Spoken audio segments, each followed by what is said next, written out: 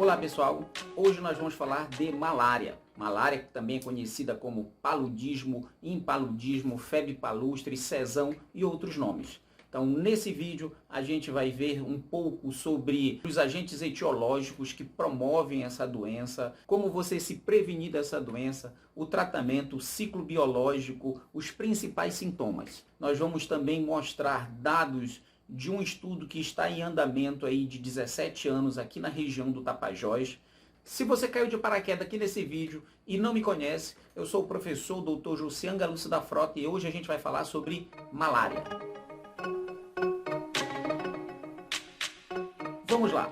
Então acredita-se que essa doença ela tenha surgido na África tropical e tenha sido descrito aí primeiramente por Aristóteles em 1700 a.C. Existem dados que mostram que todo ano 219 milhões de pessoas elas acabam adquirindo essa doença no mundo todo.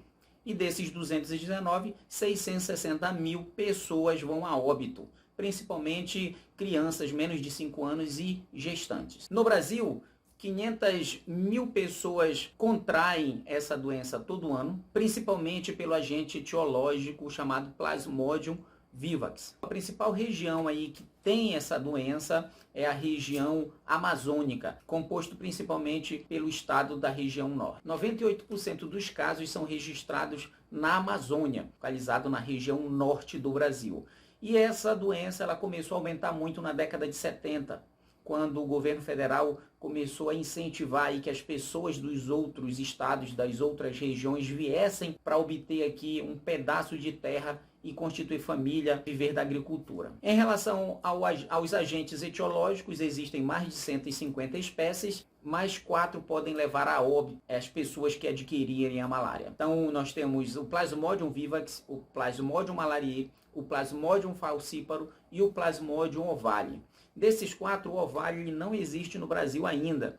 Ele é registrado apenas para a África e as outras 3 existem normalmente aqui no Brasil. Em relação aos vetores, que normalmente ele é chamado de carapanã, chamado de muriçoca, de sovela, de mosquito, pernilongo, então existem vários nomes. Esse gênero se chama Anopheles. Então existem aí 400 espécies de Anopheles, e dessas 440 podem transmitir a malária. No Brasil existem 2 espécies que transmitem, que é o Anopheles aquasalis e o Anopheles darling. Em relação ao ciclo de vida do mosquito, do Anopheles, então a fêmea ela vive de 15 a 30 dias aproximadamente, vai produzir aí 200 mil ovos de cada vez. Esses ovos eles vão passar aí de 12 a 15 dias para se transformar numa pupa. Em forma de pupa, ela vai aí passar até 5 dias e depois vai virar o mosquito adulto. E normalmente esses ovos eles têm que ser depositados aí pela fêmea em água limpa e parada. Parada por quê? Porque normalmente o mosquito ele tem que passar ali alguns minutos parado sobre ali a superfície da água para secar e aí voar. Então se a água for agitada, ele vai acabar se molhando e ele não vai conseguir sair. O Plasmodium ele sofre aí algumas transformações dentro do hospedeiro definitivo e dentro do hospedeiro intermediário. O mosquito ele não nasce contaminado, ele vai se contaminar picando uma pessoa. Tá? Vamos fazer de conta que o mosquito esteja contaminado. Então no momento em que ele pica uma pessoa sadia, ela vai introduzir uma forma que a gente chama de esporozoito. Esse esporozoito, em 30 minutos, ela vai se transformar numa outra forma chamada de trofozoito. Esse trofozoito ele vai para a corrente sanguínea diretamente para o fígado. E lá no fígado ele vai entrar nos eritrócitos, nas hemácias também, e se transforma nos merozoítos. Esses merozoítos eles vão se reproduzir, no qual uma célula vai produzir aí outras células. Esses merozoítos eles vão para a corrente sanguínea, entram numa hemácia, ele vai se dividir por divisões múltiplas, no qual uma célula vai formar várias outras, e após essa reprodução, após essa divisão, cada merozoíto vai pegar uma outra hemácia e continuar se reproduzindo. É nesse momento que surge a febre, no momento em que as hemácias elas começam a estourar através dessa divisão múltipla. Esses merozoítos, eles vão ficar na forma de merozoíto ou na forma de gametócito. A partir daí, o mosquito vai adquirir aí a forma merozoíto e gametócito. Só que o que interessa são os gametócitos. Os gametócitos, eles vão se transformar no masculino e no feminino, fecundar lá dentro do mosquito, no tubo digestório dele, transformando-se em oocineto, depois oocisto, e de oocisto ele vai virar esporozoito e vai para o probóscide do mosquito, lá para a saliva, na tromba do mosquito. E aí ele vai introduzir novamente, ao picar uma pessoa sadia, a forma esporozoito e começa todo o ciclo. Então eu vou colocar para vocês aqui, ó, uma imagem de trofozoito e o gametócito do Plasmodium vivax, e desse outro lado o trofozoito e o gametócito do Plasmodium, para que vocês comparem. Então são essas formas aqui que vocês estão vendo e normalmente a gente visualiza no microscópio. O período de incubação ele varia de espécie para espécie. O Plasmodium falciparum ele demora aí de 7 a 14 dias, com uma média de 10 dias. O Vivax ele já vai ser de 12 a 17 dias, com uma média de aproximadamente 14 dias.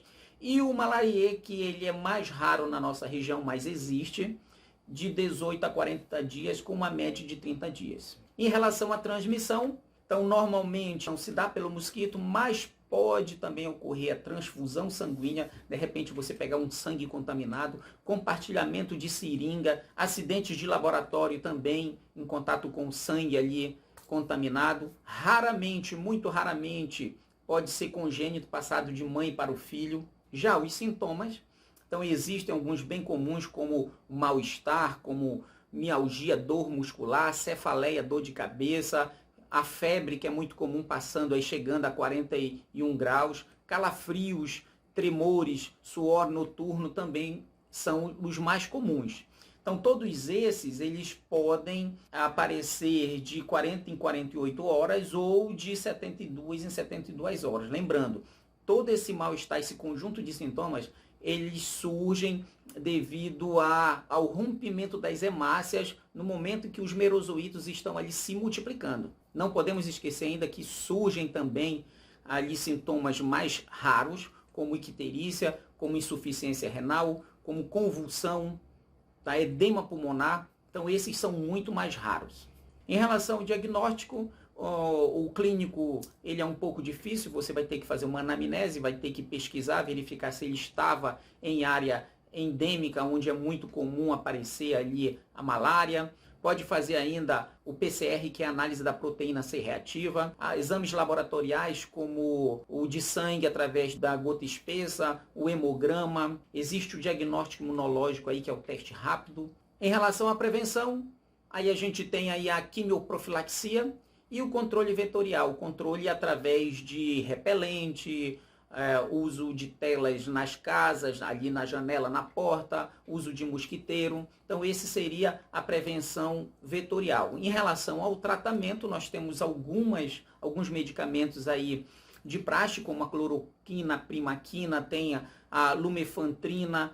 Então vocês não podem sair tomando esses remédios. Tá? Você tem que procurar um médico, consultar um médico, o médico ele vai fazer uma análise e, dependendo de um conjunto de fatores, ele vai lhe administrar um desses remédios com uma quantidade, um horário determinado. Não se automedique, vá procurar um profissional qualificado que estudou para isso, que vai saber lhe receitar o melhor medicamento. Existe um estudo que está em andamento, no qual eu sou coautor, que é da Julie Paz Souza. Então nós fizemos um estudo de 17 anos e nós conseguimos analisar aí 84.139 casos de malária. Vou colocar aqui um gráfico para vocês verem. Então nesse gráfico, olha, percebe-se que o ano de 2012 foi o que mais apareceu o número de casos, e esse número ele está diminuindo ali nos anos. Em relação à faixa etária, a maioria dos casos ocorre entre 20 e 29 anos. O gênero, a maioria dos casos, o sexo masculino, em torno de 71 casos. A coluna azul mostra aí os casos